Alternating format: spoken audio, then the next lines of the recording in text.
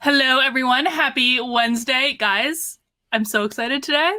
I'm so excited because I lately have been binging on this man's fine work. And if you don't know who he is or haven't come across the shenanigans from the Evergreen State College yet, we're going to talk all about it today. So today I'm thrilled to have with me Benjamin Boyce. Benjamin Boyce is, and it's Benjamin and not Ben, I have learned from watching his content lately. Benjamin is a content creator focusing on investigative journalism and long form interviews. His topics of interest include postmodernist activism as it applies to race, gender, identity, and individuality. He has one cat at this time, but we won't hold that against him because we're dog people on this channel, Benjamin. Okay. You're not multiple cat people, you're dog people. No, I am a dog person. I don't know about everyone else, but thank you so much for joining me today. Welcome. Thanks for having me on. I'm really excited to have you pick my brain or pick your brain. We'll see who does the picking. Well, we'll see. We'll see. What happens. So, I mean, it's funny because I actually watched the first time I watched your series of videos on Evergreen State College. It was when you only had like 14 or 15 of them done, and now you're up to 20. And so, I mean, I got sucked right into it at the time, and I recently rewatched all of the videos up to the 20, and oh my God, it is scary how what happened at Evergreen State College is now manifesting right in front of us on literally a worldwide scale. Yeah. I have to say, so I went to the Evergreen State College and I graduated 2 weeks after the protest, and I had watched, the proverbial water proverbially boil the proverbial frogs, and I was just kind of watching it, and then it went critical, and that was a pretty. I'm sorry, this is overused phrase, so it was pretty traumatizing a little bit. I was rather like, what the heck is going on? And so I did those, I started reporting on it because I was at the college and I had access. I knew the names, I knew where to look for the videos and the emails, and I knew all the lingo, and it was a hot story. And I reported on it thoroughly, and then I started like trying to do my finishing touch, like that the capstone, project on top of all the research that I did.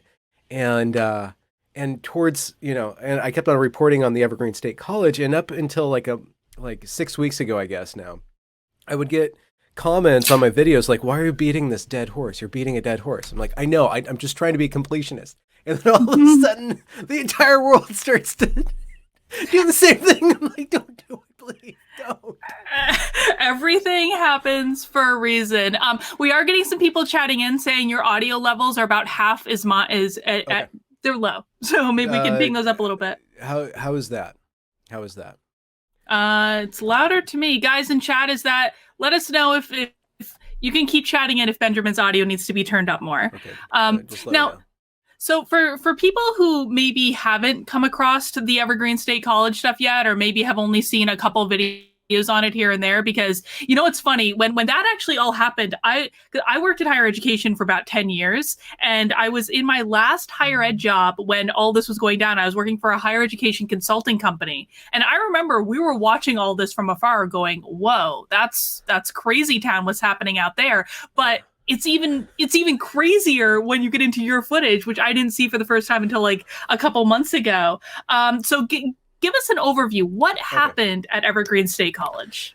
Okay, so what happened that got the media's attention is that there all of a sudden appeared on the internet this live stream footage of these protesters cornering faculty and staff and screaming and yelling at them and acting in a completely inappropriate manner. At least at that point in history, that would have been considered inappropriate behavior. And it had this overarching narrative about these students who are mostly black and then their white allies. They had already segregated themselves in their behavior. And if you look at the story, the thing that kind of made it click for people was that the Evergreen State College had a traditionally annual kind of event called the Day of Absence, which was based on a Douglas Turner Ward play about this southern town where the black people absented themselves from the town to show how integral they were to the workings of the town. And it was kind of a show of, just of how interconnected everybody was based on this, these different racial markers that have a lot of weight to them. So what traditionally Evergreen State College set up events off of campus for the students of color, so-called, to congregate and to do community building and solidarity building. And then there would be a day of presence where everybody would kind of get together a couple days later and have like a festival or something. And over the course of, the years, and I think this was implemented in the late 70s or the mid 70s, but over the last, probably 10 years, that community building aspect of it became more and more community criticizing it. And more and more talking about this thing called whiteness, and more using these critical race studies kind of frameworks to talk more and more about oppression.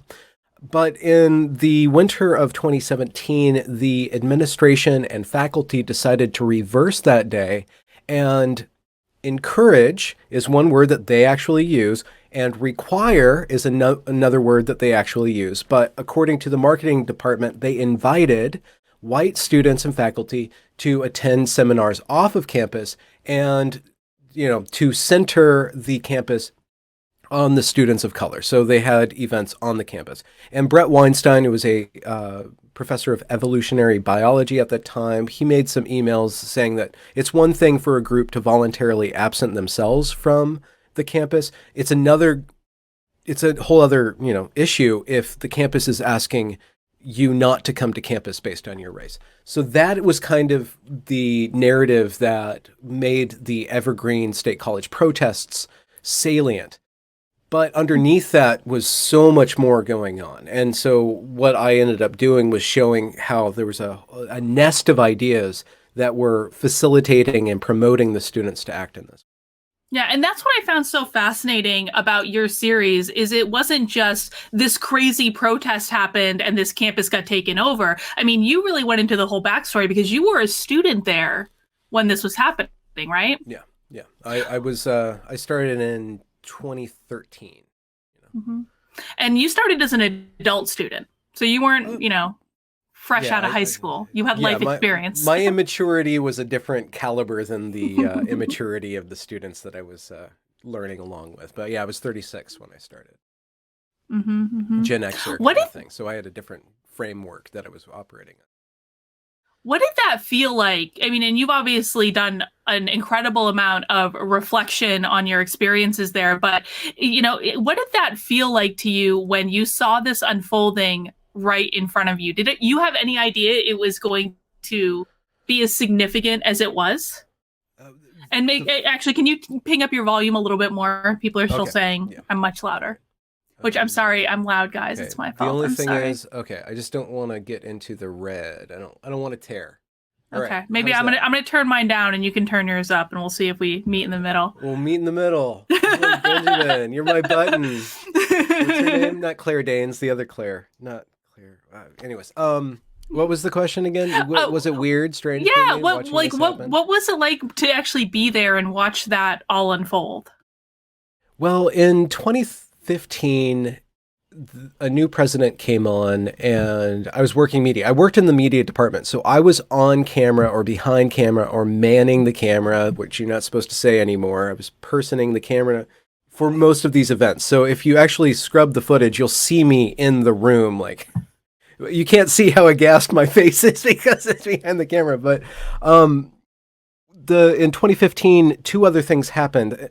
The Evergreen State College president, George Bridges, comes onto the scene, and he reframes the entire college around social justice very explicitly. He says that the civil rights movement has done a lot of strides, but we are nowhere near finished, and we need to have these conversations about race and inequality and privilege and all this stuff. So I highly recommend you go down these things. That happened that same September. Was when the University of Chicago released a letter called the Chicago Principles saying that we will not have any safe spaces. Like, we are here, your education is about debating ideas. And George Bridges, the president of the Evergreen State College, wrote a counter article to that, saying no, college students need safe spaces, and I just think that's really interesting. Like, that's a background. Also, that was the same time, and you know what? I might be wrong here. The Chicago letter might have been in 2016, but anyways, in 2015, the event happened at Yale, where the Professor Christakis, two professors, the wife professor writes this blog post or this letter to the campus about being able to be an adult for yourself and choosing what Halloween costume you want to wear. Don't let the administration coddle you and tell you not to be offensive. You are adults. You can make the decision on your own. That caused an uprising because nominally the black students wanted that coddling, and they thought that was an invitation for micro and macro aggressions. And there's this really interesting piece of footage where Nicholas Christakis is, really patiently trying to rationally speak with the uprising students or the agitated students about liberalism, about freedom of speech, about critical thought and open debate, and they're screaming at him and getting like really weepy and histrionic. And the famous line from that is this black student eventually gets so agitated, she says, "This is not about creating an intellectual space. This is about creating a home here." Mm-hmm. Right? And then one other event that happened in 2015 at the same time, this little known Canadian professor named Jordan Peterson, or Jordan B. Peterson, if you're having a hard time finding him on the internet, he kind of stood up against this Canadian legislation called Bill C-16, which in his mind was it was about extending the Canadian civil rights to include gender and gender representation as a protected category. And Jordan B. Peterson made a statement about how that is kind of basically compelled speech, which means that the government can basically litigate if you don't say the words that other people want you to say. And he was also protested at the same time. And so off of the Evergreen State College campus, I saw the wave. I saw the tremors of campus illiberalism backfiring on itself and really damaging or potentially damaging the ability for a college to function as a place of learning. And so when I attended these orientations and seminars that the Evergreen State College faculty, empowered by the George Bridges administration, were putting students through, and I saw these incredibly strong illiberal statements being made by the professors about how Evergreen is a white supremacist institution and we need to teach white people about their privilege, and we need to stop the people of color from being, oppressed by the privilege of this institution. And a lot of statements that I can't recall totally, but I lay that out, and I'm sitting there on camera. I'm like, this isn't going to end well. I'm watching my professors go backwards in time, like really regress into this, one, incredibly religious mindset. And I grew up in church. My father's a pastor. So I noticed the tone of everything was shifting into a very religious sort of mindset, coupled with this incredibly racist or racializing frame of mind that divided everybody up based on their race, assigned them privilege or oppression, and then worked to decrease one's privilege decrease one's privilege and decrease one's oppression. So everybody's the same, but in practice, and we can get into this more, you can't actually decrease somebody's privilege in a learning environment. You can't stop somebody from being intelligent. You can't dampen somebody's engagement with the material. And that's what they wanted to do. I was explicitly asked to calm down as a learner so that people who were not interested in the material could have more room to be interested. But that's not how interest, curiosity, and intelligence. Right. And actually, I watched a clip of you last night talking about this, where I think you had just started as a student and you went into one of your classes and you asked questions of the other students and did what college students are supposed to do. And you were kind of not necessarily given a little slap on the wrist, but told kind of, be a little quieter so that other people can speak up. And the people that the professor wanted to speak up were literally sleeping through class. They didn't want to. Yeah, literally. Yeah. That was my second day of class, and that was very interesting to me. My professor, who I'm just going to name her, Lisa Sweet, was my professor, and I deeply admire her skill as an artist. She's an artist, but I strongly question how her this theology, which she has taken from Robin DiAngelo, who is the author of White Fragility, is probably going to be, if Biden gets elected, Robin DiAngelo is probably going to be Betsy DeVos's replacement. It's like, this stuff is coming down the pipes. White fragility and white privilege will be assigned to you to take in every major corporation and institution of higher education, and probably the government from now on. So this is very important stuff to understand. But in practice, I saw how my professor would try to restrain us engaged people, which ended up being older students, which ended up being like white men, trying to restrain us, to assign us less engagement with the material in order to give room for these marginalized people, in her eyes, to be more engaged. But every time, there was this one class where she really, really wanted these students to be engaged. So she said, everybody can only speak twice, right?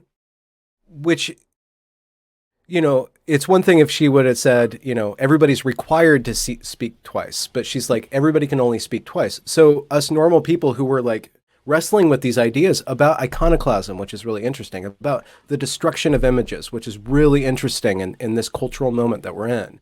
Like we are living through a rebooted cultural revolution. But anyway, so we would end up, the older students, the more engaged students, we just disengaged. So everybody in the class was disengaged. And I remember she looking at me, my professor looking at me, like wanting me to step in. I'm like, well, I'm a white male. I can't talk anymore. Like maybe I'm going to want to say something later on down the road. So it's a very backwards ideology that is so certain of its righteousness and its correctness. And I use that term not only in the politically correct phrase, but in its correctness of thinking. It really thinks it's right. That it can't even like criticize itself. It can't even look at how it's actually acting. Well, and that's one of the most bizarre things to me about this, because I was determined to ignore Robin DiAngelo for as long as I possibly could, because I had gotten wind of it. I know that, so I watched you on Unsafe Space, which is my favorite channel. I think it was like last week or so. So I know you know about the stuff that went on in the knitting community, because you guys talked about that briefly. I was a knitter. That's how I got introduced to all of this nonsense, and we can possibly talk about that if you want. But actually, there is. Okay, so quick aside, funny story. Please. So it has to do with all of this. We're going to come around back. So in the knitting community, this started as a joke. It started as a joke that knitting green socks is a racist action. It started as a joke. No, not because of Pepe. It's because of something else. So it started. So in the knitting community, the knitters have been fighting back against the SJWs, and a lot of people post videos saying, you know, the bullying is wrong. I don't support it. So one woman posted a video basically saying, you know, I didn't speak up when it first started, but I want to speak up now, and I'm sorry I didn't speak up earlier. When she posted the video, she posted it to her Instagram with a photo of her wearing a pair of green socks. And one of the SJWs, oh, this gets even better. One of the SJWs liked the green socks, and because they spy on each other. So her friends spied on her, noticed she liked this photo, called her out. A dramatic public apology was issued. And from there on forward, we started joking that knitting green socks was racist. And then someone else took it and ran with it, and it became a real thing. But in the midst of this, we were actually talking, and they're actually in my Instagram comments to this day, about what if we can convince some college administrator somewhere that the color green is racist, and as soon as we see a news story about a college with green as their school color changing it, we will know this has gone too far. And we were briefly plotting. We were like, we need to get Benjamin Boyce on the line, and he needs to point us to someone at Evergreen State College to try to convince them that the color green is racist. But anyway, where was I going with that? Oh, Robin DiAngelo.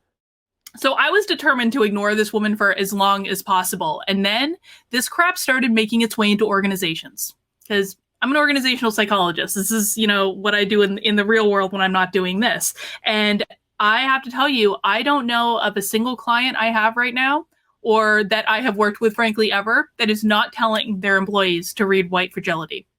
And it is mind-boggling to me because there are very real discussions to have about race and diversity and inclusivity in all walks of life, but certainly in the workplace. There are real discussions you can have. But when the only discussion is all white people are racist and have always been racist and will always be racist, and if you push back on this idea that you're racist, that is more proof that you're racist. I mean, there's no there. There's nowhere to go with it. Mm-hmm. You've actually sat through training with Robin DiAngelo, haven't you? Oh no. Well, she came to the Evergreen State College and gave 2 lectures, if I'm recalling correctly, in 2016. So I have pored over those lectures and watched her ideas be regurgitated by her followers or the diversity trainers and stuff. So I've received or undergone permutations of her re-education. Yes. Mm-hmm. Oh, by the way, we have a whole bunch of knitters watching us right now, so they may have some very pointed questions for you. Be careful. We have sharp sticks and we know how to use them, Benjamin. So here's the question I have for you as someone that was immersed in that environment. What is so enticing about this ideology? What is it that just sucks people who are smart people into it? It is I'm going to steal from Mike Naima, who I had on my channel a couple weeks ago. He's a filmmaker in Australia, and he came out with the first and probably the most readily accessible Evergreen State College documentary. And it's in 3 parts, and you should check it out if you just want the short version. My version is different. But he talks about this ideology as kind of like a virus that attaches itself to the caring receptors. And that's what it really does. It bypasses your brain. It has nothing to do with your thought processes. It very much calls upon, and I'm going to say something, and I don't mean this offensively at all, but in aggregate, women have certain sorts of orientations towards the world, which are very good at attending to the raising of individuals. And that has to do with a very strong motherly bond and a caring relationship where the woman facilitates caring in order to create children. And I see it a lot in a pattern of behavior called, I'm sorry, I don't mean this derogatorily, and I'm having a problem with this word. There's this Karen meme, and there's this high propensity of women to be possessed by this ideology really quickly, and a lot of very empathetic men too. And I'm a very empathetic man too, so I would interact with it, but have a very strong negative reaction to it because I felt that it was parasitizing my caring by infantilizing the marginalized. It turns them into infants that you then go and you care for. And a lot of Robin DiAngelo, and this is kind of an archetypal. I'm a poet, so I rely on poetic reasoning. There's this twisted kind of motherliness that's going on in her. I'm going to care for you. I know how to care for you. It's this very consuming mother, this very clutching mother. And I saw that a lot of academic females who didn't have children for one reason or another then cause the students to become children and then completely guard them like a mother would from any sort of criticism. So if you look at how the world reacted to Evergreen was very strongly negative because of the way that the students were acting. And the professors who more or less put them up to that, kind of circled the wagons and coddled them and gave them attention and supported them in a way that actually shielded them from actually examining why those ideas caused their behavior, why their behavior is wrong, and why their behavior is actually not just wrong in, like just a human being acting sense, but destructive to the entire project of learning, of gaining a skill, and so on. I mean, I'd actually never thought about it in that way before. So they're very literally finding a way to mother these populations. And isn't it funny that a lot of these people, and I'm going to make a broad generalization, but I'm probably going to stand behind it. A lot of the women that I see doing this don't actually have kids. There's this interesting dynamic. I think I think there's a circuitry that is preying upon that human beings are really similar. Like I have that same circuitry too, but women have a more propensity to do that. And it's almost like if one hasn't gone through the steps of having a child and raising the child, that circuitry is dormant, but it's just waiting to be triggered. And this stuff just flips it into overgear or into high gear. And because it's based on identity politic, there's these really weird currents of, it becomes incredibly racist in its superior. I'm the white savior of the world. I'm like a white Jesus, where I can take the suffering of all mankind upon my shoulders and deliver you to salvation. Just listen to me, bow to you. Just watch me wash your feet. Watch me bow unto you and say that I need to give up all of my resources for you because of, the bad father that has raped and pillaged this whole land, unjustly built all these buildings and constructed this wonderful economy upon stolen land or whatever. Mm-hmm. Now, in your series, you really focus in on Naima Lowe as kind of one of the chief protagonists, I suppose, in this story. Yeah. But so give me a little bit more background on that, because, well, you go ahead. Okay, well, I there's ethical problems to telling this story because, I basically try to see the humanity in everybody and all the actors, like George Bridges is probably kind of the chief bad guy in my mind of this whole debacle. Like a very weak leader is just the worst. It's worse than a tyrant because it's tyranny, but it's passive aggressive tyranny. So I do want to reserve the fact that I've studied Naima Lowe by her behavior, and I'm sure that there's causes for this behavior that could be accessed and understood in terms of mental health and in terms of just wayward intentions. But the Evergreen State College is set up in such a way that it can facilitate very deep, close relationships between professors and students. You don't take, when in the typical quarter, you don't take your math and then your biology and then a writing course. You take one program that has all these components in it. So conceivably, you could take one course that would last the entire year with 2 or 3 professors and really get into the material and form really deep bonds. Naima Lowe taught, I guess,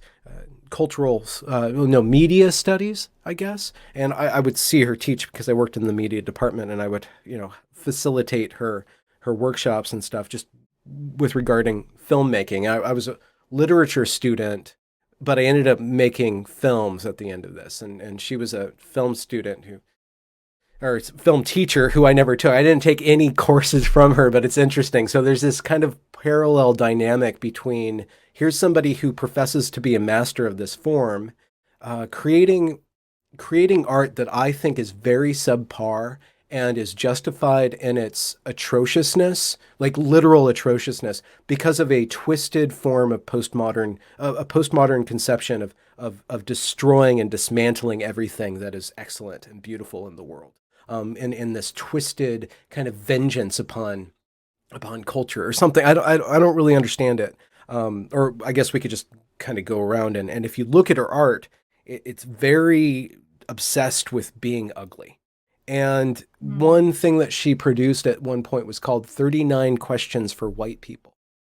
And in the video that I ended up making specifically about her in the complete Evergreen story, it's episode 15, I think. It's got like a very different title from everything else. And what I did conceptually was I took like cheesy, pretentious college media student styles of just like throwing everything in there and being really ostentatious with all the styles and the editing and like super cheesily produced and then I cut up and I spliced and I used her material to deconstruct her ideology. And in that video, I frameworked it around 39 questions for white people. And it seemed like she's very obsessed with whiteness as this entity that was always restraining her, always, kind of dictating the world in a very Gnostic fashion. It's like there's this dark God. And just a subnote, certain strains of feminism have developed a similar idea of patriarchy as this dark god that's controlling everything behind the scenes that needs to be constantly dismantled, which is a very Gnostic, which is an ancient religion kind of. You conceive of the world as constructed by a god that it has bad intentions for us, and you have to constantly become aware through these meditation and these chants and this gnosis, right? This you become aware of it, and critical theory as applied to race does that with whiteness. Certain strains of feminism do that with regards to patriarchy. And if you actually look at Naima Lowe's life, she's always been in a privileged environment. It seems to me, and I don't have the documents on this, but I have had other people that know her, that she's always been in an environment where she was the only black person surrounded by white people. And the way that she could stand out and capitalize on that was to make the race issue like the central way of relating to one another. And I do have eyewitness accounts from people who worked with her in the capacity of teaching, and she was very much a bully. She was always controlling whatever meeting she was in, and doing a lot of demands and leaning on people, there was just a lot of just kind of allowing her to do that and not standing up against her because she's just her, and it just kind of reached a critical mass when there was two young black men who were shot in 2015, which is another key moment in the story. And they were shot because they were shoplifting, and then they attacked a police officer with their skateboards. And all that stuff is ignored because they're black and they got shot by the police. That was the only narrative that really made sense. And that's when you have this facilitating event that justifies the outburst that we see with George Floyd. There's this one emblematic event that just is just the tinder that completely ignites the silo in a way. And what happened right before the protests was that the two young black men were actually what's the correct word? They were sentenced. They were punished, but they were found guilty of assault. And the police officer was excused for what he did. And then these two young black men who were caught up in the systemic system, who have no responsibility on their own for their own actions, were unjustly accused by the system of, being in the wrong place at the wrong time and unfortunately assaulting a police officer, which, Yeah, just happens. So they were found guilty, and then that kind of was another aspect of her losing it. I think I can. What confuses me is I don't understand why she gained so much power, because she seemed to just flout everything about the system. Like, I mean, there was, I remember the faculty meeting. She said, "I don't even come to these faculty meetings because you all are racist," and all this stuff. And in my life, I kind of try to keep myself a little purposefully naive sometimes, because I think it helps me to lead a more happy existence, honestly, than if I allow myself to get sunk into these things. And I'm equating that back to this because I don't understand why people are so attracted to people who are just overtly negative in their actions towards other people. What made her so powerful in this scenario? It's the system of thought. It completely owes to this network of ideas that have been kind of evolutionarily sculpted by being kind of argued over and over again in the academy. And it has to do with grievance studies or critical theory, which I couldn't really give you a salient, blow by blow on. My brain doesn't work that way. But if you see, and I've tried to reconstruct this in the footage from prior seminars, you see the implementation of this idea that we live in an unjust society, and that everybody, the individual's behavior doesn't really matter. The individual act of racism doesn't really matter because the racism in our society is systemic.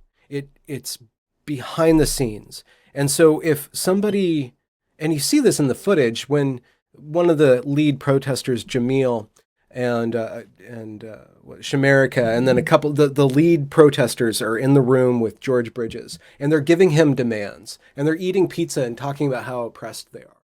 And they're like, you know what? It doesn't matter if they did anything wrong. It's that the fact that we say that we feel unsafe, you should fire these people because we feel unsafe. That should be enough for you because we are here, and it's not our job to be doing this right now. This is your job. This is your work that you should be doing because we are oppressed.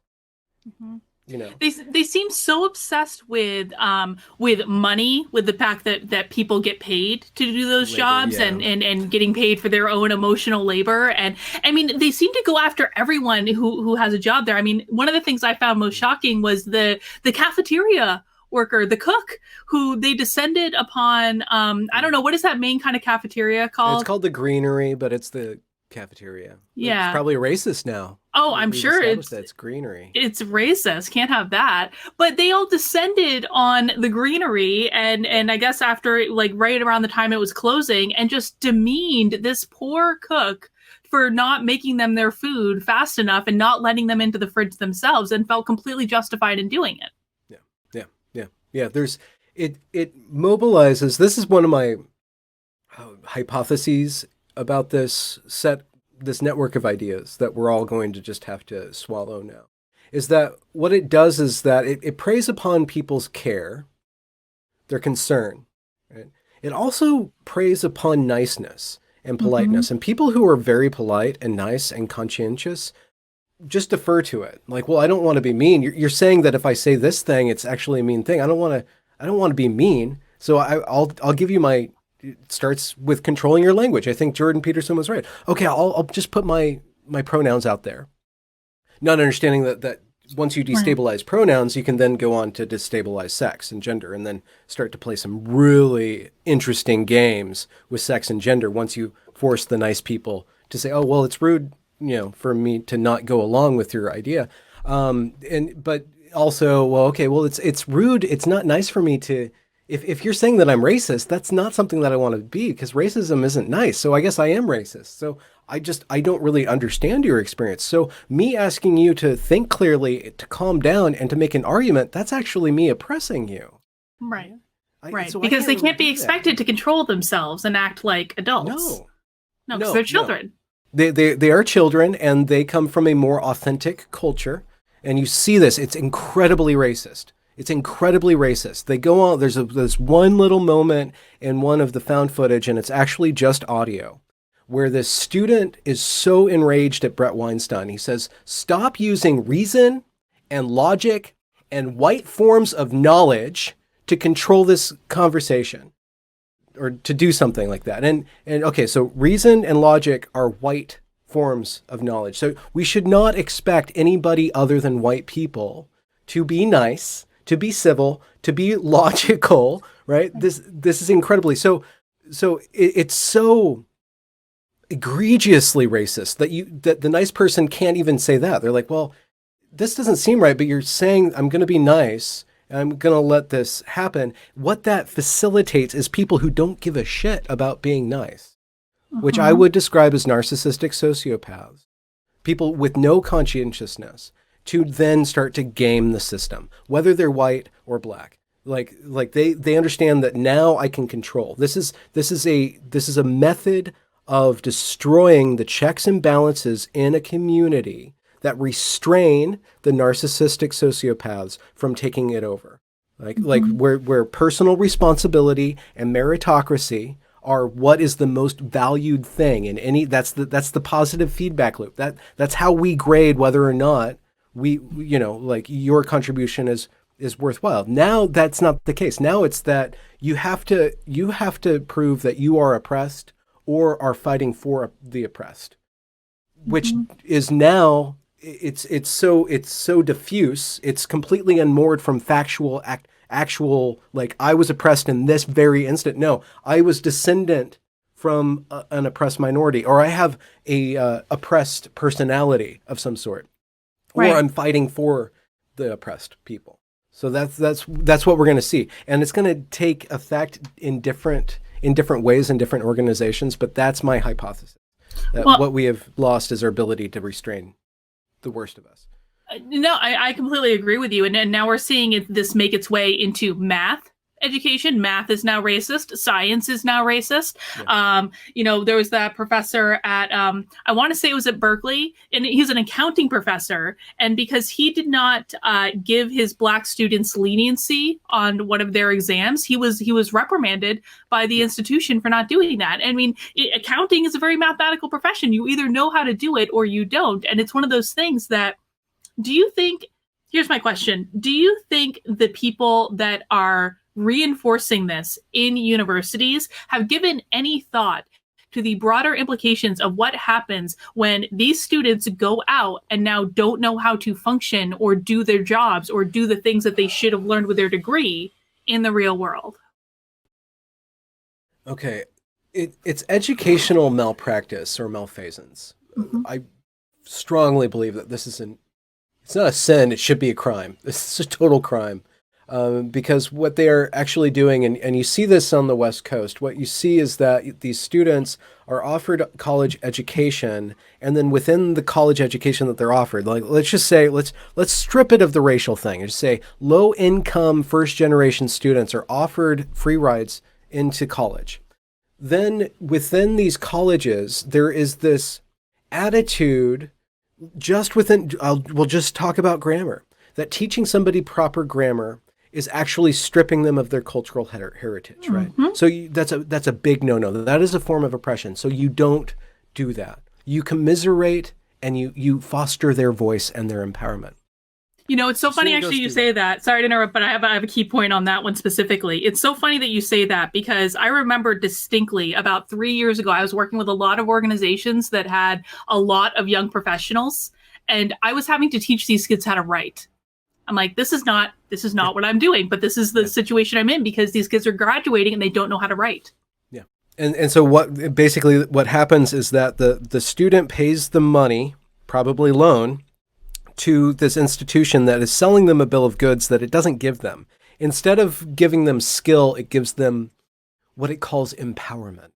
It makes them feel very good about themselves. You go there and you are a king and they serve you. They give you whatever you want, credit, food, whatever.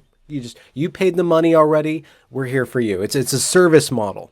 So then the student plings a bunch of money, gets this piece of paper that says they can do something. They can't actually do it.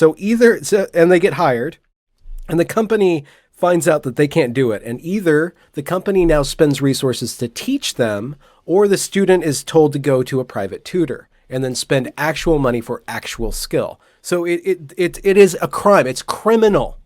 It's yeah. I don't know the right word because I'm not a criminologist, but it's criminal. Well, and here's what happens though now, because now all the HR offices have bought into this stuff. They all have diversity people now. And so when they tell the person, you need to go learn how to write in order to do this job, the person then goes to HR and says, I'm being oppressed by my boss. Yeah. And HR doesn't do anything. HR is like, oh, okay, well, you don't have to go do this then if it makes you happy. You know when I think this started? It's so funny. I remember about 15 years ago, maybe a little less than that, but it was between 10 to 15 years ago, in higher education, there was this good dude named Clay Christensen who basically came out and said in 10 years, half of the colleges in the country are going to have to fold because they're not going to be financially viable. They aren't recruiting enough students. They don't have the money to succeed and all this stuff. And so what happened at that point is that all of these college presidents, because it was a good time in the there was something going on in the economy at that time, and debt was very, very cheap.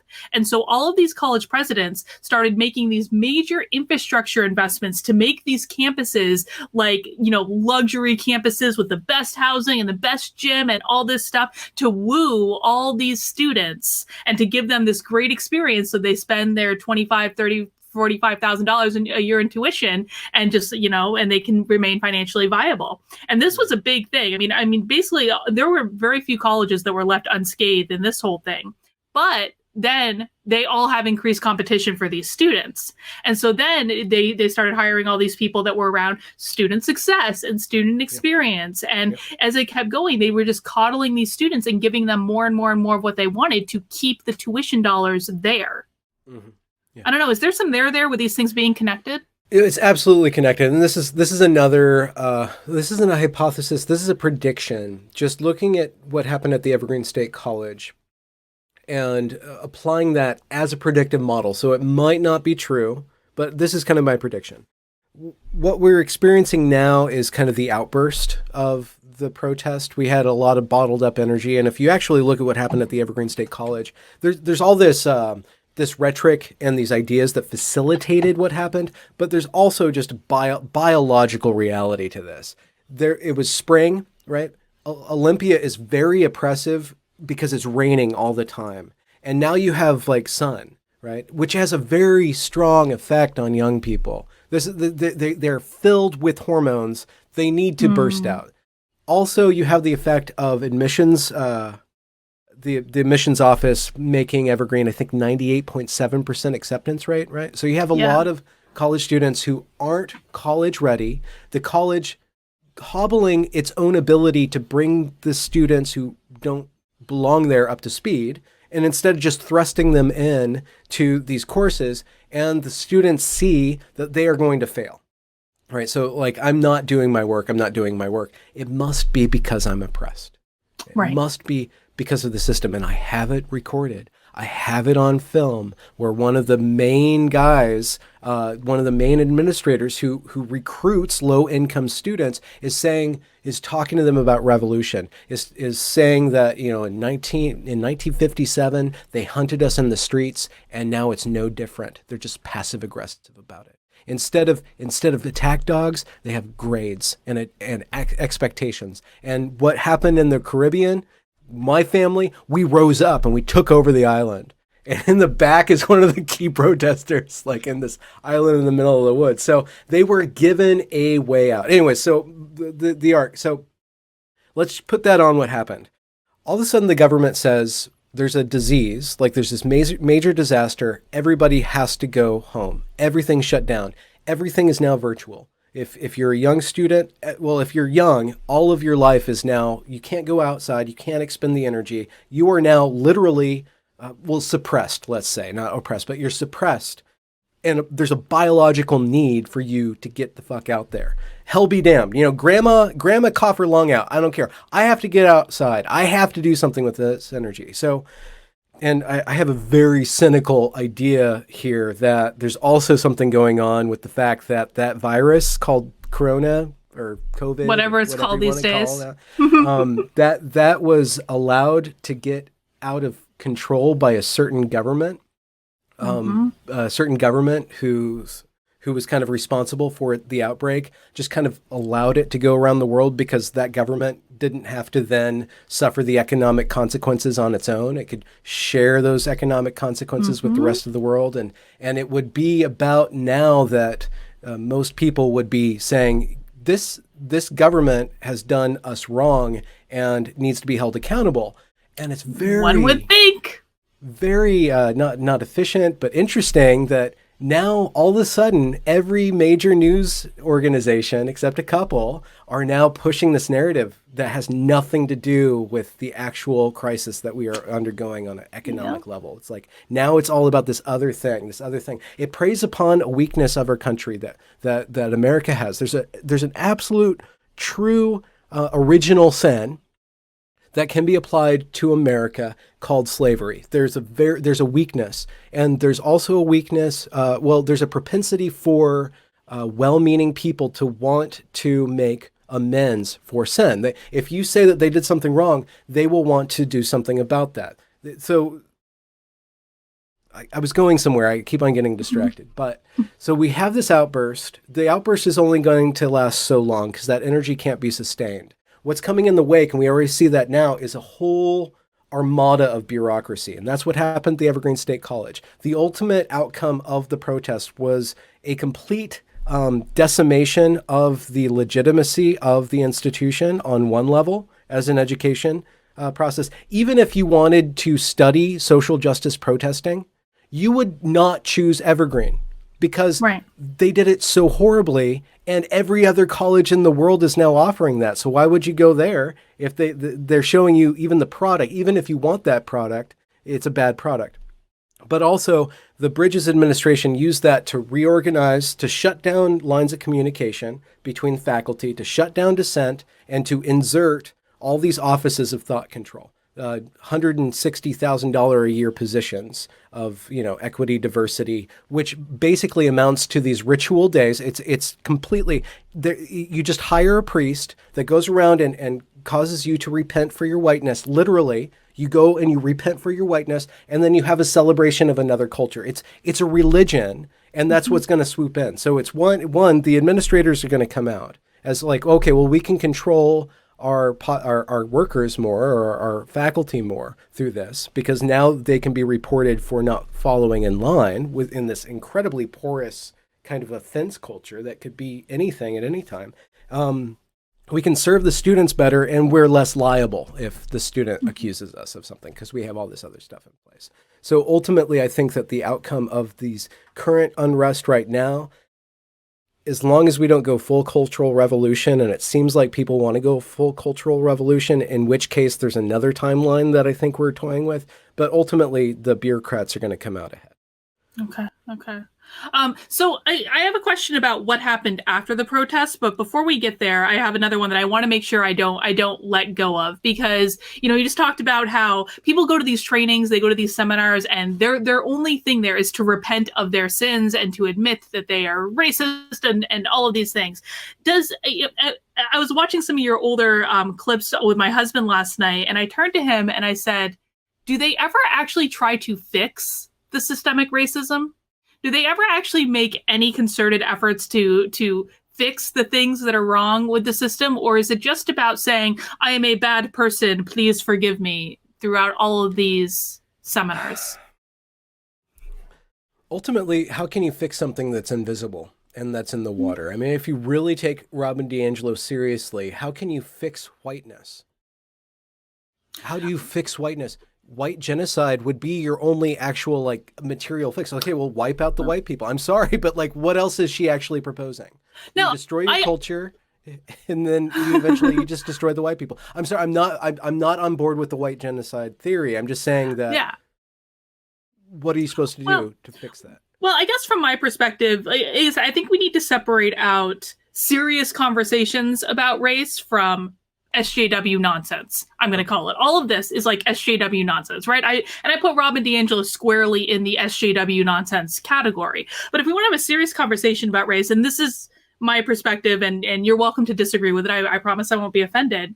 But there are certain foundational elements of this country that were built 200 years ago, upon which every other element has been built on top of. So think of it as like the foundation of the house. It was built when we were actually a racist country, when there was very legitimate systems of racism and legitimate structural problems with the system that were put in place specifically to keep everyone separate and to keep the two races in their own proper place, or black and white at that time. And every other part of the system has been built on top of those things. And so when we're talking about systemic racism, I think, it can go one of two ways. It can go into the category of SJW nonsense, or it can go into the category of saying, you know what? There are legitimate things that maybe we can go back and think about the foundation in which these elements of our society were built on, and then we can make changes to help remove any remaining elements that are going to prevent everyone from having equal access to opportunity. So I think that's a real conversation to be had, but that conversation never seems to be had because they just want to complain and be angry all the time about how oppressed they are. That conversation has been, I kind of want to disagree with the way that you constructed that, because okay. Was the civil rights movement in the 60s built upon slavery? Is that something that relies upon slavery, like the roof relies on the foundation? No, actually I was going to say no, but I think could make an argument that in some respects it was. That was the fundamental thing that that made that a necessary part Yeah. of our evolution as a country. Yeah, but it was an evolution. So that was a revision of the foundation.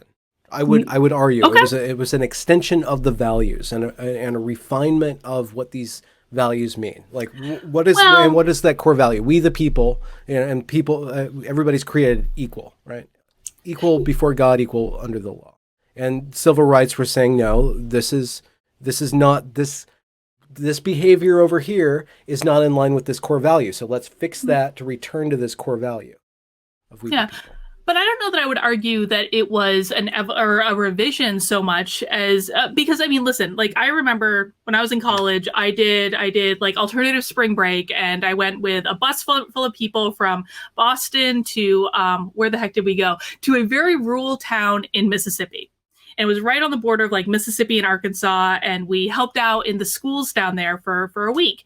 And and this was back, oh God, I'm gonna confess how old I am. Well, most people already know that watch me how old I am. It was like back in the early 2000s, so it was like 2002 or 2000. I think it was 2002. And in that small rural town that we went to, there was very distinct racial lines. Black people lived in the poor part of town. White people lived in the rich part of the town. The main landlord in the town refused to rent any of his properties to Black people. So they were inherently segregated, and the Black people went to the public school, and the white kids went to the much better private school. Yeah. And so for me, I mean, that's still something that we can look back and say, you know what, that probably could do with a little revision. That's not good. Yeah. So then we're shifting the conversation to actual. Well, this is where the conversation is. Like, what is the actual material conditions that we can change in order to give people equal access to X, Y, and Z? Education, housing, healthcare. Let's just say education, housing, healthcare. I think one could create a system of discourse around which most people left and right would find themselves in the center of working towards this common goal of access to X, Y, and Z. It is thoroughly corrupted by Marxist rhetoric that goes overboard and says we just need to take all of the resources. There was this video that I put up on Sunday of this Indiana University equity symposium. And what the head of the HR said is that that it's a false conception that white people are the mean and we just need to raise up Black people. No, white people are above. And so what we need to do is to level the playing field, Right. which is pretty big statement. So what they want to do is Robin Hood. There's virtue. They want to tear down everything that the white people have in the hopes that just apparently the wealth will flow and everybody's equal. There's there's big problems with that I would argue. And the biggest problem that I can see from just somebody who's more of a cultural critic and just looking at it from a sociological, literary lens is that what you had at the Evergreen State College and what you're having now is that people don't focus on the structure. Like when people are agitated and people are going to overthrow things, they don't focus on whiteness. And this happened at the Cultural Revolution.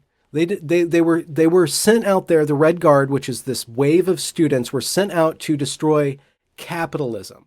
What they ended up doing was destroying capitalists, and they pilloried the capitalists. So when you mobilize the mob, especially a young mob, to go after whiteness, they don't see, okay, we're gonna make this system a very complex system in order to build up these people. They're like, no, we need to topple everybody above us down. We need to topple. And in that toppling, we get high in a moral way. They become morally superior by destroying that other thing. So the liberal movement towards providing equal opportunity is at this juncture under threat by this illiberal Marxist overthrowing of the oppressor, because the oppressor has only ever stolen from the oppressed. Mm-hmm.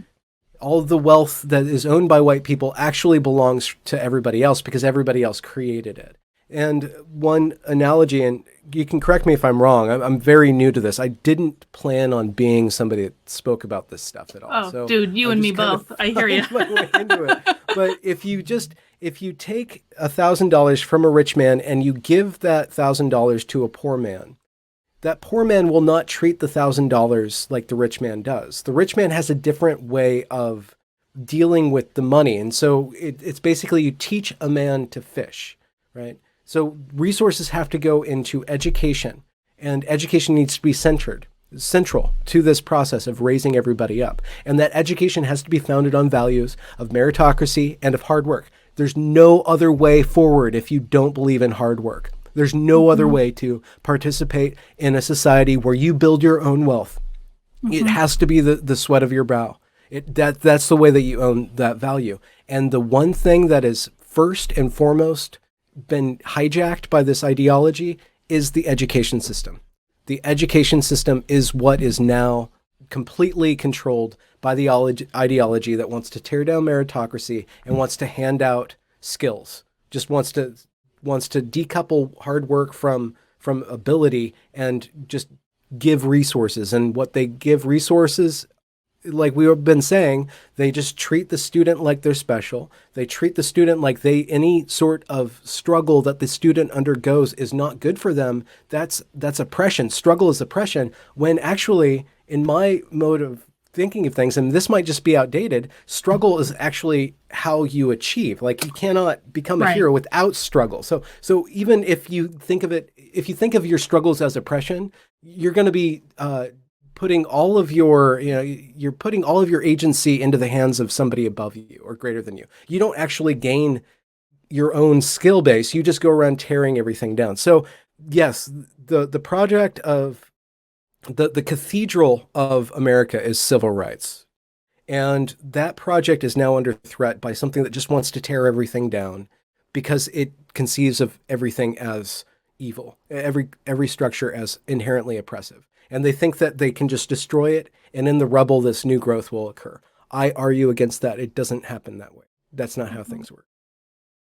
I want to put a really fine point on this, because I think this is a really important concept for people to understand. And I also want to make sure that I'm getting it correctly. So going back to the example of when I went to teach in this rural school in college, and there was fundamental disparity between the Black people in town and the white people in town.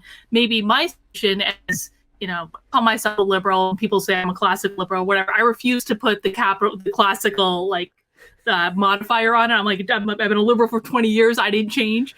But so the liberal thing would say, okay, there's a fundamental imbalance here. That's not fair. That's not good. That's not ideal for our society. How do we create situations where the Black people have the same access to opportunity as the white people, and leveling things out that way? But what's going on in our society right now is they're saying we need to bust down those white people so they're at a lower level. And to me, that is just so sad. I mean, it's fundamentally racist on its face to say that, if you give a population of people the opportunity to go above and beyond where they are now, that they won't take advantage of it. But it just takes, there's something about putting that work in, putting that effort in, and knowing that you've earned it. When you get something, you have earned it, not because someone else was told not to participate or to dumb themselves down or any of those things. I was watching one of Steven Crowder's Change My Mind episodes. It was about affirmative action. And he had this actually really touching conversation with this young girl who was in college. And she says, without affirmative action, I wouldn't be here. And he said to her, well, you took advantage of all the opportunities your town gave you. You did really well. You worked hard.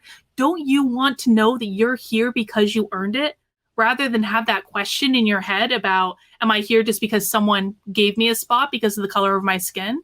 To me, knowing that you earned it is actually, it's part of the fulfillment. It's part of having, a purpose. Yeah. If you look at, and that's why it's so disturbing, I think, to us Gen Xers, who have these values that predate and that are under assault, where you have that girl who might have that question, like, did I actually earn this? Is this just handed out? And And then you have this other type of person that is put in that situation and says, of course, has this entitlement about that reinforces their entitlement. And in that video that I posted on Sunday, there's this leader of the Black Student Union who is the same character. Like, there's an archetypal structure to this narrative. If you look at the Evergreen State College, you'll find the Naima Lowe, you'll find the Brett Weinstein, you'll find the George Bridges, you'll find the Benjamin Boyce, and you'll find all these other characters. And one other central character is this kid named Jamil.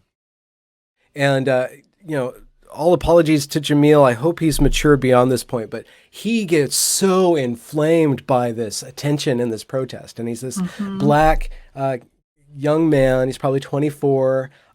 He's stunningly beautiful. He's a model in a way. Like just physically, he's very, comely and handsome. And he adopts like this kind of pseudo trans identity called a femme, so he's a black femme, which puts him above the black man, because the black man is lower on the hierarchy. The black woman's on top, but the black femme is right below him. So, but he is just a flaming theatrical individual, a student of Naima Lowe, and he's leading the protesters, and he's going around and giving people orders on how to take hostages and who to detain and where and what to block and what not to block and stuff like that.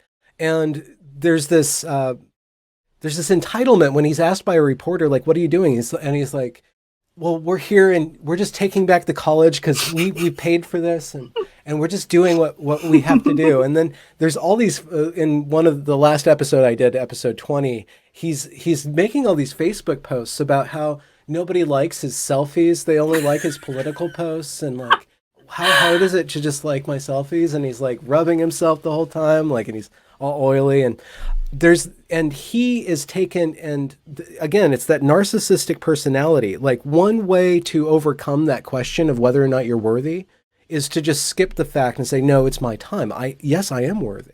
Like, and so you kind of double down on that question instead of like facing that uncomfortableness of, was I given a free ride? It's like, no, of course I'm given a free ride. I deserve this and a whole lot more, and I'm going to get it. So again, where's the checks and balances? And if we're going along with affirmative action, if we're going along with the classical liberal project of actually trying to relegate in a wise way resources so that people in our country who are historically or presently have a rough go of it and need a leg up, what you do is you inspire civic mindedness. You make the white people want to give and want to lift up everybody. And this Robin DiAngelo white fragility stuff does do that, but by hijacking and turning dark the entire project of generosity of spirit, of civic mindedness. We're all in this together. The goal, the old goal, the Martin Luther King goal was, we're all Americans. America is our ideal. I have a dream. There's this American dream. I want everybody to go towards that. This current ideology is that there's this evil God above us called America, and I want to topple him down. So everybody's collectively caught up in the mindset of one goal. It's all one goal, but it's the tearing that down. It's not that lifting up higher. That's what we see, and I'm sure that it's not across the board. Yeah. I mean, I think, and guys, if you haven't watched Benjamin's full series, I strongly encourage you to do that. We're not going to recount his whole series because he has painstakingly put this series together on his channel. The link is in the description below. So I guess one of the questions I had, well, you were talking about Jamil. Like, what's so funny is he reminds me so much of these celebrities right now who have been in quarantine that are just like, they haven't been getting the attention they feel they rightfully deserve. And so they're posting this crazy stuff online. That's like Jamil, right? Yeah. We live in an attention economy. And how long have you been doing the YouTube thing? Like a couple months. It's like not even that long. Yeah. Oh wow, you hit the ground running then. I did. Yeah, well, very well for a couple. It was all an accident, but I'm enjoying it. we participate in an attention economy. You have to get attention before you can keep and then modify attention. Right. So the ethics of the art form that I'm participating in as a YouTube content creator is that I have to have that flashy thumbnail and a title that is a little bit more than I actually say. I did a episode a few days ago, and people really strongly reacted to it. I didn't think it was that controversial, but I said our new caste system. A couple of people thought that was really like, why are you saying things like that? Why are you why that's so egregious. But like, and I use that flashy title, and then once you get into the content, I'll have like this video clip that's completely enraging in a way, or like some sort of egregious behavior. And then I digest it in a reasonable manner. I hope so. I digest it in a chill tone, and I just unravel it and make kind of a moral argument against that thing. But my content is more reasonable. But what certain people do is get caught up in that. All I need to do is get the attention, so that they're just front loading that clickbait stuff, and they don't actually develop anything more than the clickbait. And the way that the economy of attention is set up right now is that you can do fine. Actually, you get more powerful if you just front load and put all your content in that one pitch, because that's what people want. So it in a way, our society, and it's greater than just critical race theory. It's just our society is for years been kind of grooming itself to fit itself into a very vain, narcissistic, shallow, performative identity that is disconnected from a hard-won, difficult to manage individuality that's always under threat of being, toppled by the ego and the id and the this and the that and then the mob. Right. And it almost seems as though these kids are coming out of, I mean, I even want to say high school, and they're trained to, I mean, frankly, like, want to be social media influencers. That's the number one career that they want. But then also they've been trained to be activists for however long. I mean, some of them now from kindergarten, they have their kindergartens that are dedicated to training kids from being activists. And I just don't know. I mean, the philosophy that I always tell people is that, it's essentially a riff on you reap what you sow, right? Your experience will reflect what you contribute to it. And I don't know what we as a collective society think we're going to get from contributing these types of elements to our experience. I mean, it just seems as though people haven't thought out to the end game. And so that leads me to another question, because like I said, I don't want to rehash your whole series because people can go watch the series for themselves. But since all of this happened at Evergreen, like 3 years ago now, the enrollment at the college has taken a tumble, hasn't it? The college is not doing well. No, it's it's atrocious. People aren't showing up. Yeah. They can't pay people to go there. And George is still there, but he's retiring. He's there's a lot of weirdness to why George is there and why he stayed on, and it might not be anything, or it might be something, I don't know, but he's terminated his contract voluntarily at the end of his contract and kind of made this overture. His resignation letter, he called himself wise and compassionate. He's like, no, he didn't. Mao. It's like Charlie Brown Mao or something like that, man. It's like, oh my God. He framed, like, it's his name on the document. It's his resignation letter, but he co-wrote it with like the head of the department or like the board of trustees. So it's falls in and out of third person. That sentence is in third person. We gratefully thank him for his wise and compassionate leadership during these troubled times. Which is a lie, but like he also signs it too. So it's like, what the fuck, dude? There's this, it's just insane because there's these op-eds that he's published in the Seattle Times that I have documents were actually written by the marketing team. So he's a plagiarist. Yeah. Right? He's a plagiarist. Like, this man should not be anywhere near a college. So yeah, he's terminated his employment at the end of his contract on his own terms. I am shocked that he didn't get fired. Honestly, I don't know what in the holy hell they were thinking keeping him on. I don't know. It's got to be connections. It's either incompetence or malice. And, one truism says don't attribute to malice what you can as easily attribute to incompetence. But, he's got his fingers in the senators and, and he's got the line to the governor too. So this is a part of. There's one way of spinning it to say that Evergreen's master's programs produce teachers and public servants with highly, highly leftist views. So what the Democrats are funding is basically a degree mill to staff up government positions and to facilitate the education of the populace in these ideas of intersection. So it's just a bet to maintain their power in a way. That's very cynical. How does it feel to have a degree from that school? You know what? I think I've done good with what it's given You've me. done great. I think that in a way, I've taken the Evergreen model of education. I took what they said it was about, and I did that.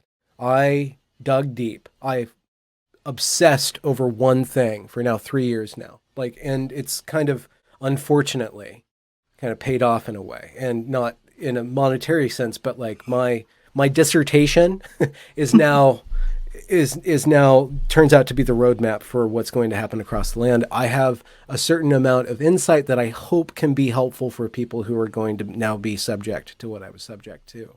And I did that. I took what Evergreen handed me. I went there to study literature. I went there to create something that was impossible to construct, like an infinitely complex story was like my dream for all time. Like I want to create a story that constantly produces more meaning and more of itself.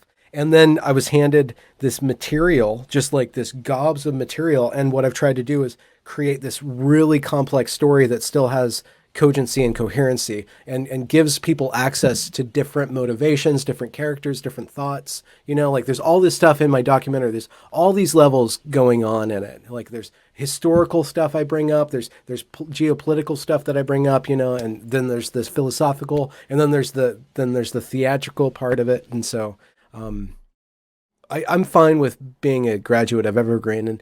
And you know, I bitched about it kind of tongue in cheek that George Bridges' name is on my document, but I'm trying to do the correct Evergreen thing. We don't get grades, and what we do is my teacher evaluates me narratively, and I evaluate my teacher. So I've thoroughly evaluated the man who has said that I'm worthy of a Bachelor of Arts degree. Mm-hmm. Do you think there's been any sort of self-reflection of people that are still at the college about what happened and perhaps changes that are? There's, interestingly enough, and again, there's an ethical problem because now I have an audience that is potentially exponentially more viable than the audience of those who I critique at the Evergreen State College. But that my main professor, Lisa Sweet, my first professor, let's say, she wasn't my main professor. I moved on from her because I just couldn't being in that environment. But you know, she kind of defined my degree in a way that I showed up to learn about art and history and literature. And she was the teacher that says, you know, all that art, history, and literature that you want to study is actually of the devil, and we need to destroy it. And I took issue with that. And that she became emblematically what I wanted to really critique and take out of the academy. Like she, in a way, symbolically, like she kind of is the network of values that I stand against. I thoroughly stand against. Somebody who's competent in her art form, but completely possessed by this idea. Anyways, she was elected to be the faculty emeritus speaker at the graduation 3 weeks ago or 2 weeks ago. So she gave a speech, and it was on Zoom because everything was virtual now. And she goes through and she basically justifies everything that happens. She calls out the Evergreen State College protesters as the teachers of the college, as the teachers of the teachers, as the ones who we need to follow and listen to, and how my identity is something that I need to subjugate to your identity. And there's this, one of the most epically cringy pieces of footage that I have. And if anybody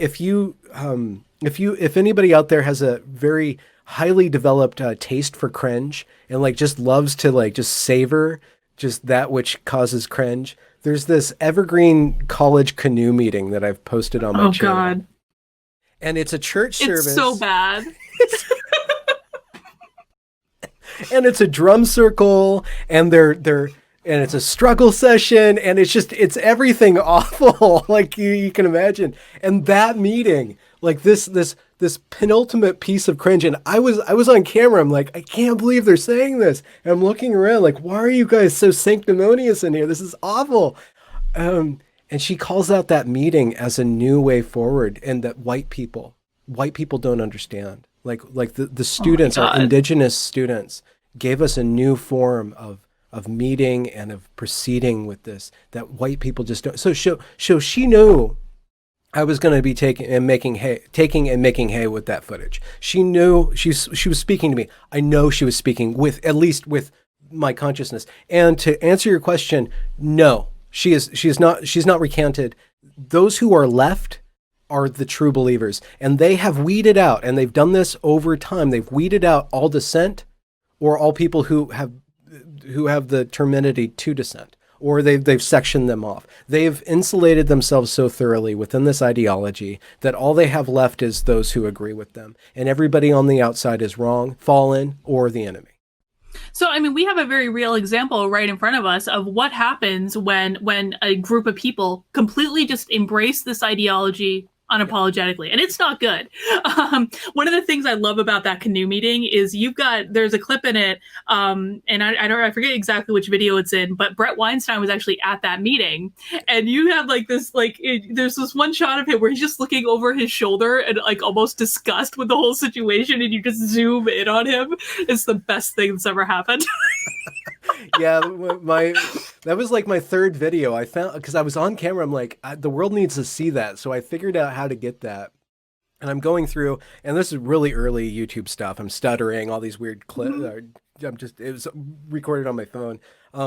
And I found that clip. I'm like, fucking God, this is like, it's like fucking gold. Like this thing, they have no idea what they handed me. They handed me everything. They've handed me like it was like manna from heaven. They like, it was and magic. Not just that, like it was just footage after footage after footage. And the more you look at it, like if you go through and people watch it and they get the commenters, I get a lot of comments on the series saying, well, what was the racist event? Like what actually happened? Why are they protesting? Like, why are they protesting? Why are they protesting? And I don't want to spoil it for you, but they never say. Or when they do say, it's a lie and it's a fabrication. Like, it's like there were some torn posters a year ago that actually could have just been removed because they didn't follow the actual guidelines on how to post. So like everything's fabricated. Right. Well, and that's exactly what's going on right now. I mean, George Floyd may have been, the catalyst that started all of this, but what's going on right now has nothing to do with George Floyd at all. I will say this is a prediction, and I've followed student unrest. Evergreen State College protests of 2017 was one example among many, and it just happened to be probably the best example and the most thoroughly recorded instance. But I watched these things happen over and over and over again. And what you're going to see too in your company, if you are somebody who's subject to this, what you're going to see is this primes the pump for a reorganization of the company, and all you need is one little spark. Somebody will draw a Nazi in poop on a wall, and the whole thing will collapse. Or somebody will say the wrong thing, and it'll just be like this emblematic moment. There will be one little thing that can be construed as oppressive, or somebody just has a bad human encounter, or somebody's just rude. But there will be a moment that will cause, everybody's already trained for this.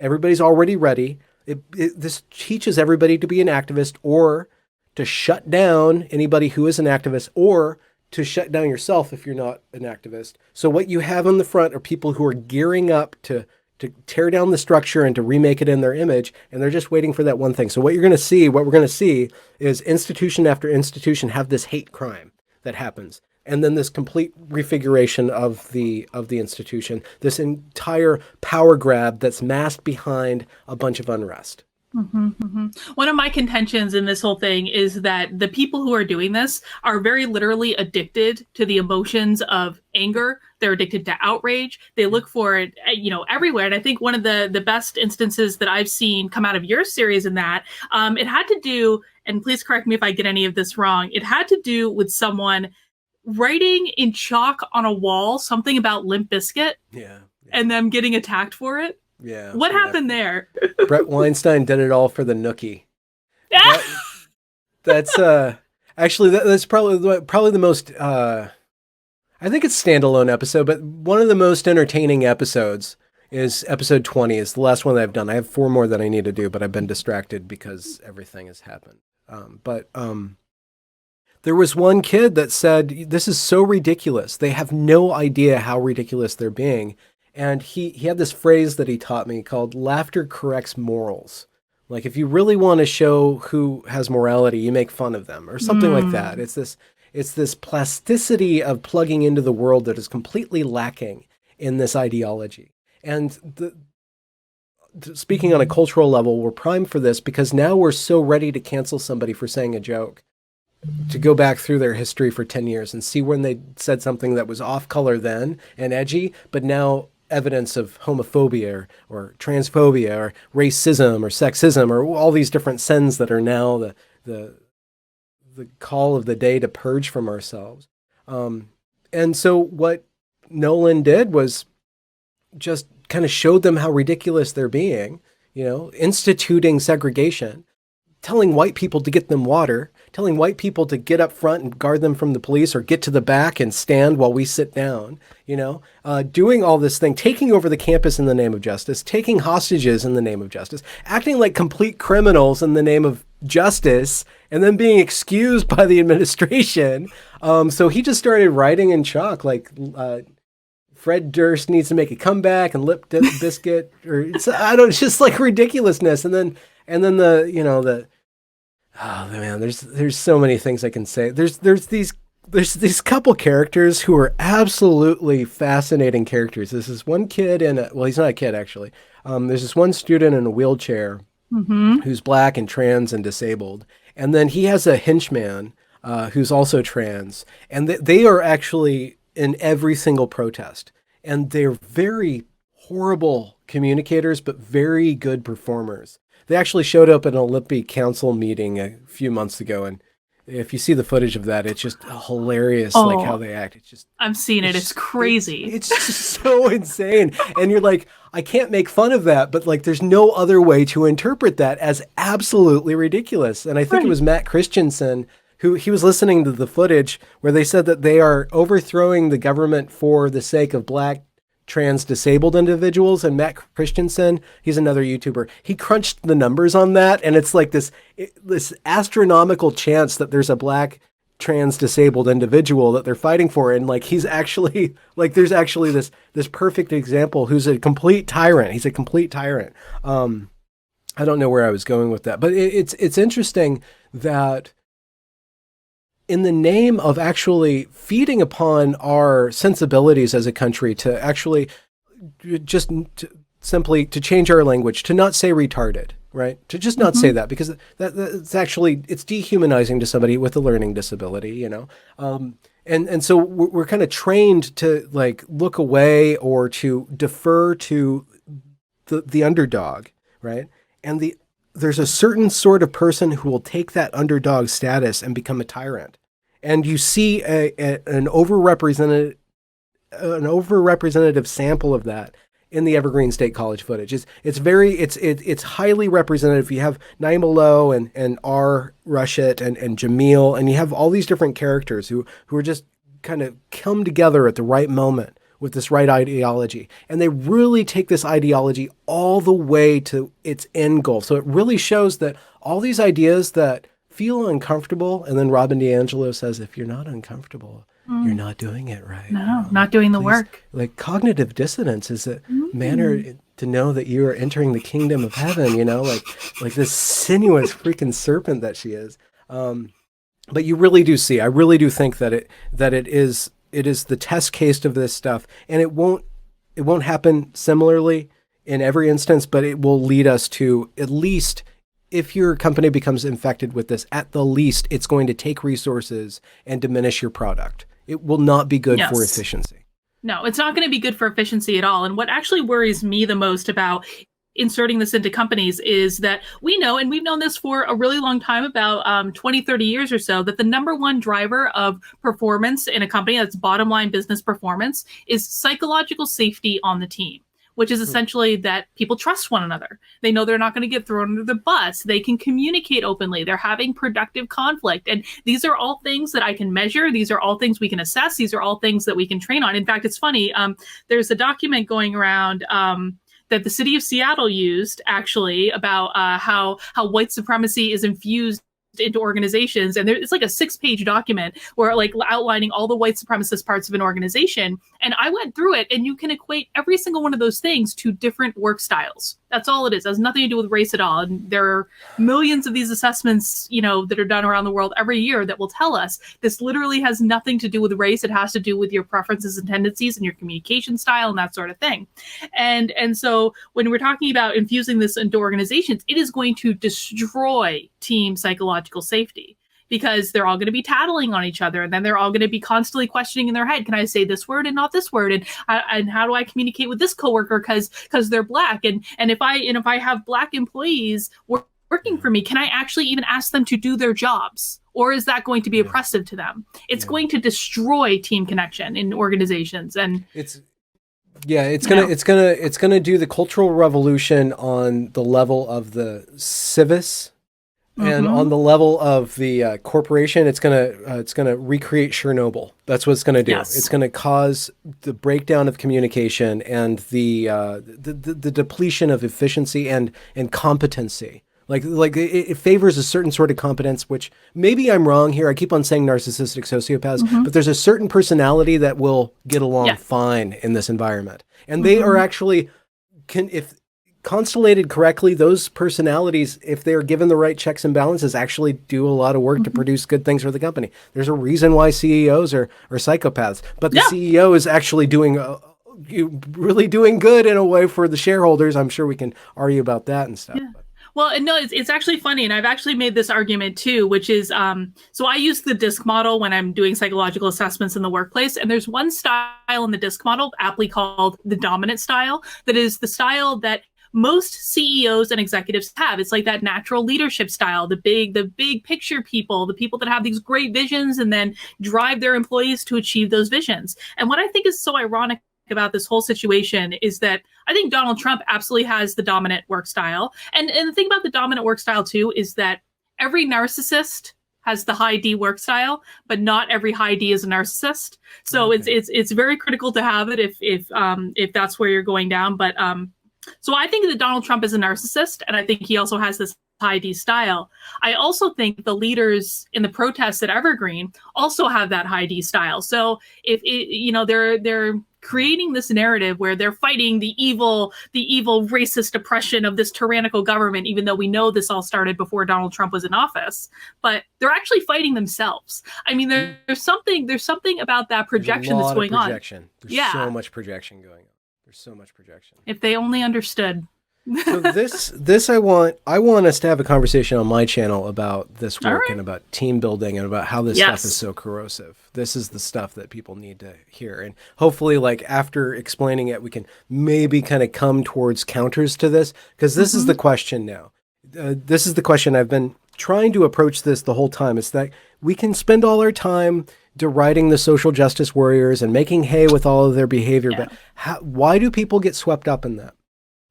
How do we change people's minds? How do we give people counters to, within their bounds of being polite, still stand up for themselves? Because that's what's needed.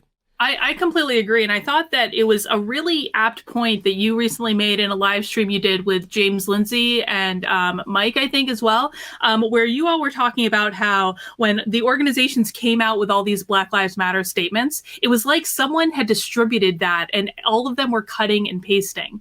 And I thought that was a really apt point that I hadn't thought about. And one of the things that I'm working on developing is actually a real diversity statement that includes, other types of diversity that are not race and gender, but diversity of thought, diversity of approach, even making sure you're enumerating that you can have differences of opinion when it comes to politics. Vote for whoever you want. We don't care as long as you come in and you're doing your job, because a lot of people are losing their jobs right now just for supporting Donald Trump, or a rumor that they might support Donald Trump. Somebody who liked Donald Trump now, if you were seeing associated with somebody.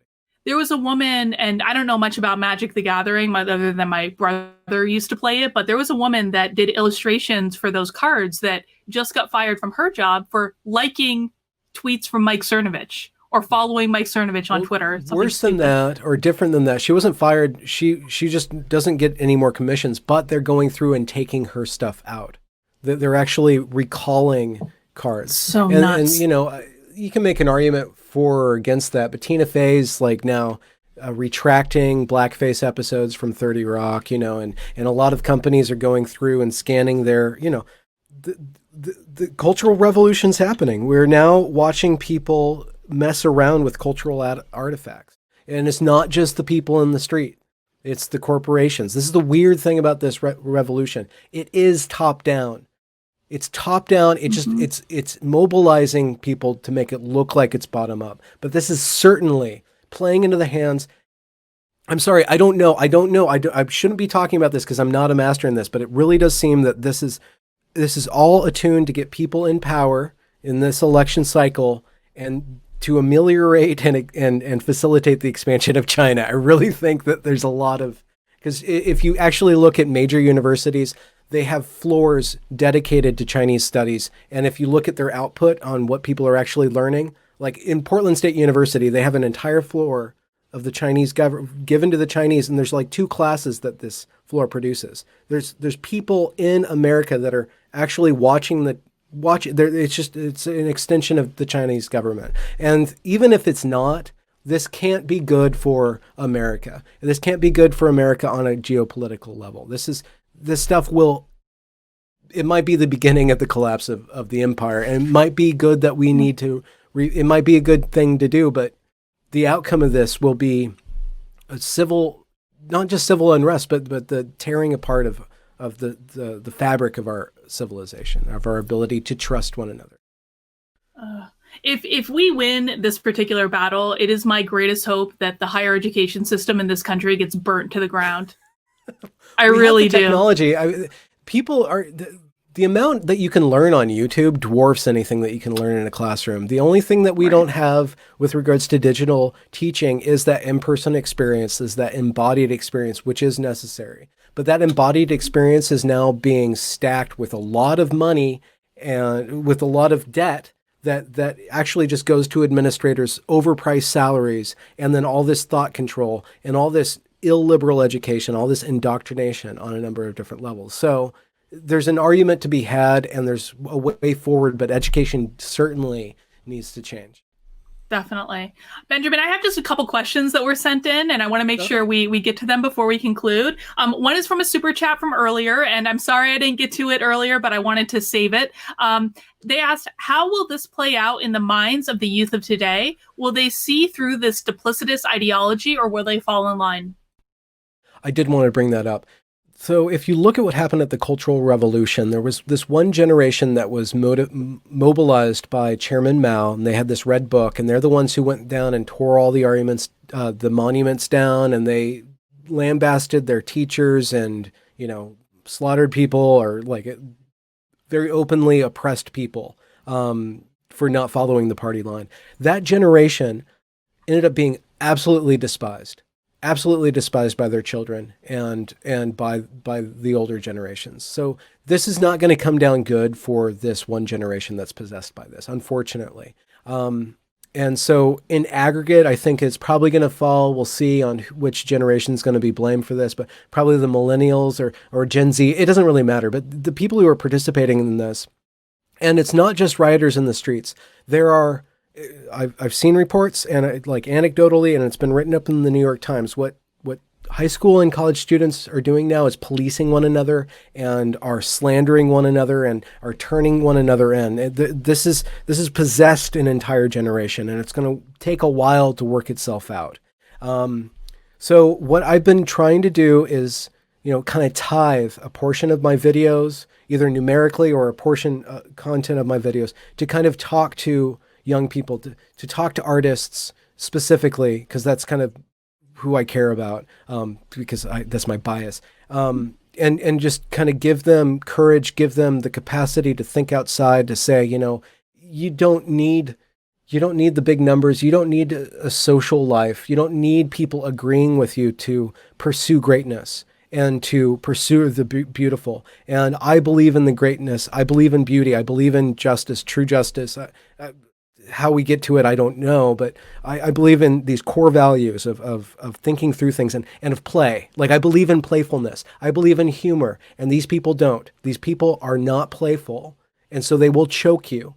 they will choke you out. So you play if you have to play by yourself, but you're not alone, you know? So I really do think that if we can frame things in terms of the values or the drives or the desires of what young people want and say, okay, listen, this stuff isn't actually going to give you that. There's this other stuff that's actually, it's got a long pedigree, you know, and it's got a lot of great people that have accumulated over the centuries that it's been developed, you know, that there's this other way of doing things, you know. One of the things that I think is a saving grace for me in this scenario is that it's looking more and more like Gen Z is really going to start emulating like the greatest generation. And so they're kind of looking at the millennials right now and going, you all are acting insane. And so in this case, they really might be our saviors in this whole scenario. Yeah. There's a question of the pendulum swing, and people worry about the pendulum swing coming from the militant right. But I'm more generous, and I think it's going to be an attitudinal change on a generational level. Like people are going to get really tired of this from the inside and disgusted with this on the outside, and it's going to collapse under its own weight. The question is, how many businesses are going to be ruined before it runs its course? You know, the thing of it is I don't even feel sorry for them at this point, because they're all, listen, no businesses actually care about this stuff. This is the thing. They're only doing this because they're pandering to the mob. That is the only reason that any of these statements are being made, or any of the tens of thousands of dollars are being invested in this anti-racism training. It's just to pander and to say we did something. And so I have absolutely zero sympathy if this sinks these organizations, because there have been people like me that have been shouting that this is not a good idea. Do not do this. And they're going and doing it anyway. So you reap what you sow, man. There we go. All right, got a couple more questions. This is from Pink Anime Fox, who is a member of my locals community. And she asks, my number one question is, what are the Trojan horses in language, actions, policies, etc., which by sounding good to most fair-minded people, allow the critical mob to gain influence and infect the institutional power structures?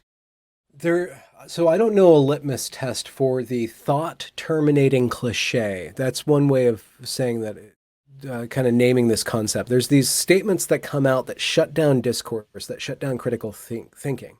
And sometimes they're words, sometimes there's phrases, and you can find them because they just don't make sense if you actually play with them.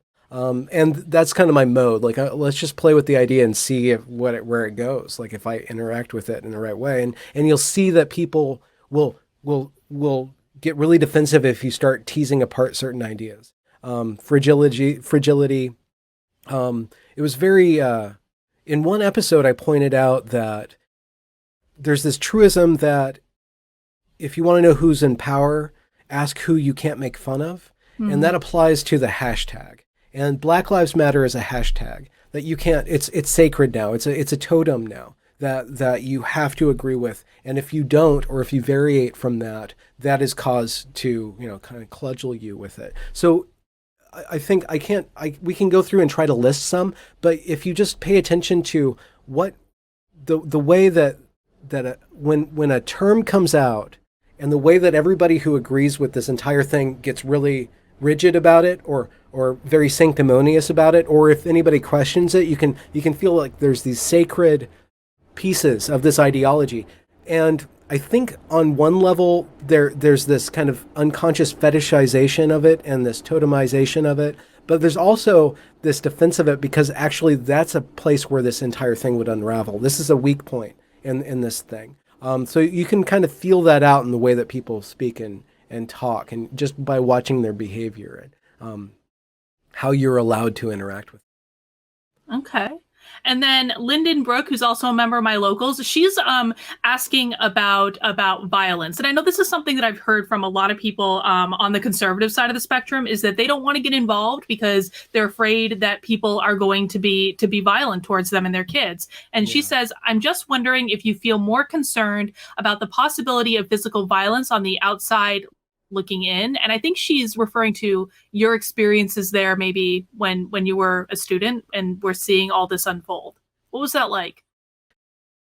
Okay, so the interesting thing is that there was no actual, there was only one actual assault that happened during this 2 or 3 week window that I'm treating in the documentary. And that happened in the middle of the night when the noodly armed, pronoun specifying bat mob assaulted the We Want Class chalk team, while the actual Atomwaffen neo-Nazis were tagging the campus, trolling the campus or whatever. So they got right up to the line of violence. Now, when you look at footage in the street, that's not going to be the case. I don't know how to... Am I personally scared of violence? Yeah. I'm a little bit worrisome because this facilitates unhinged behavior. This is actually being taken advantage of by young men specifically who are now... they cover their face. So they become... Once they do that, they can't be seen, and they stop seeing themselves. They stop really looking at their behavior, and they just kind of run with the mob. So there is an aspect on the Antifa level that facilitates violence. I'm much more concerned with institutional violence, with the squashing of the functioning of teams and the destruction of careers, and what the violence that's being enacted on the sacred institution of educating people, that's kind of like the violence that I'm disturbed by, or the violence that's allowed to happen to our artifacts. The process of revising our history to really say, okay, maybe these slaveholders shouldn't be celebrated. Maybe we need to go through that. That's one thing. Maybe let's destroy the slave monger. Now let's destroy Columbus. Let's just destroy everything. It's like, okay, well, that level of violence I don't think is actually productive, and is just destructive. All right. And then Ian has a very important question. Have you named the deer? Well, I would have to tag the deer, wouldn't I, Ian? Should I get my... No, I'm not going to... shoot them with a dart, have them put to sleep, and then I could I don't know them enough to individualize them. There's probably 3 or 4 deer that come through. I mean, this is there's a lot of deer, so I haven't. I just deer. Well, we'll work on that. I'm a big fan of I'm a big fan of animals that have names of different animals. So I once had a ferret that I named Monkey just because it really amused me. So right. maybe you can name the deer Cat. Okay. All right. Would I have to name the cat Deer, or is it just a one-way thing? It's just only outsiders are named. Maybe we can say the deer is oppressed in this circumstance because they live outside and the cat gets to come inside. So it only goes one direction. Yeah, they have a sacred life out here. They're not allowed to be eaten that much. So. Wow. That's good for them then. Benjamin, thank you so much for coming on my channel. I really appreciate it. And apparently we will be doing this on your channel at some point as well. Maybe can we talk about knitting on your channel too, and the knitting crazy? Yeah. We'll do the is there a cool word for the knit-tastrophe or something like that? I call it the knitting wars. Knitting wars, okay. Yeah. So, but apparently we could call it Knitting Gate too, but we never quite got. Got there. You'll see. This is the thing. There's an underrepresentation of men, and therefore an underrepresentation of punnage, probably in this movement. So you don't. Yeah. No. We'll work on that. We'll work on developing a name for it. Where can people find you? On Twitter, I do a lot of evening Twitter tweets because I'm grilling a lot right now. This is the way that I take my mind off of this catastrophe that I'm watching unfold. And so it's Benjamin A. Boyce on Twitter, and YouTube is Benjamin A. Boyce. And I'm also on ThinkSpot at Benjamin Boyce. Excellent. There. Excellent. And I believe I put everything in the description below, guys. So if you liked our little chat today, please give it a thumbs up. Subscribe to my channel. Double check to make sure you're still subscribed if you think you're subscribed already, because YouTube shenanigans. Shenanigans for sure. And so this is actually not my last live stream this week, folks. So I have one more tomorrow at 2 p.m. Eastern with Dr. Howard Asher, and it is going to be our third in a series of discussions about Trump derangement syndrome being a real thing. And so we're looking at it from a psychological perspective, and Howard is always a good time. So please come and join us for that. All right, Benjamin, that's all I have. Anything else you want to add for the good of the order? No, I'm good. That phrase creeps me out though. Is that like a Templar thing or like Freemason? Is that how they say it? I think so. I Is don't that know. what I just they think do? it kind of sounds cool, but maybe, Okay. maybe not. We'll Maybe go I'll for have the to change good of it. the order. For the good of the order. All right, everyone. Have Thanks a for great having rest me. of your day. Thank you for hanging out. Ciao.